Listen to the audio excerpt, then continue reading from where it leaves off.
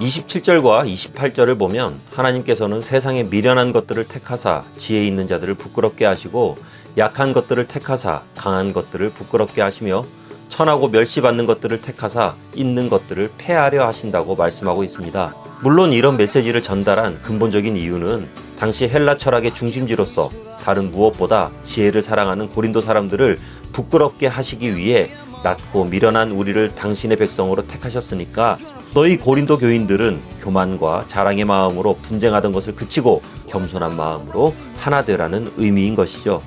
그런데 여기서 우리가 주목해야 할 건 바로 하나님의 택하시는 기준입니다. 이건 일반적인 선택과는 완전히 다른 결을 가지고 있거든요.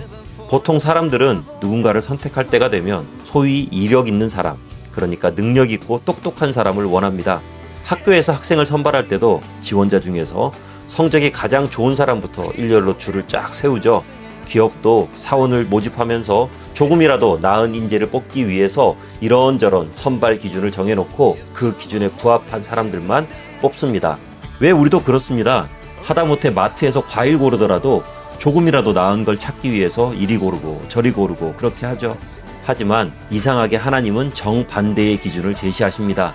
즉 당신의 뜻을 이루기 위해 사람을 택하시면서 고르고 고르는 일반적인 기준과는 달리 세상에 낮고 천하고 택함받지 못한 자들을 사용하신다는 거예요.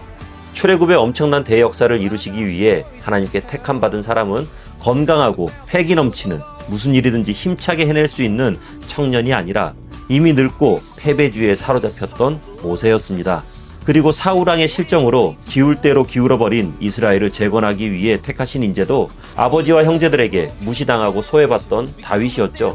결정적으로 예수님의 천국 사역을 위해 사도로 부르신 자들 역시 좋은 가문에서 최고의 교육을 받아 똑똑하고 사회적으로도 인정받는 엘리트들이 아니라 물고기 잡는 어부나 사람들에게 멸시받던 세리들이 대부분이었습니다. 이런 걸 볼 때 오늘 27절과 28절의 말씀 진정성을 의심할 필요는 없는 것 같습니다. 하나님께서는 이렇게 약하고 낮은 사람들을 택하셔서 고난으로 연단하시고 그 과정 가운데 하늘의 지혜와 은사를 부으사 정금같이 만드시는 것입니다. 쓸모없는 돌을 캐서 세상에 무엇과도 바꿀 수 없는 조각을 만들어 내시는 거예요.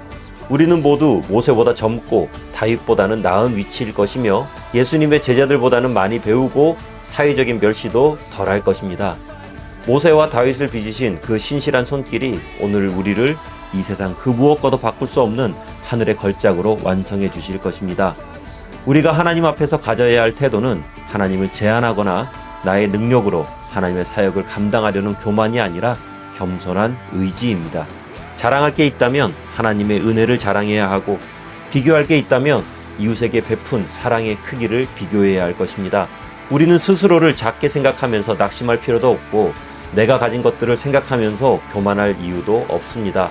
하나님께서 택하신 인생은 그 자체만으로도 가치 있는 인생이고 하나님께서 사용하시는 사람은 하나님의 방법으로 빚어내십니다.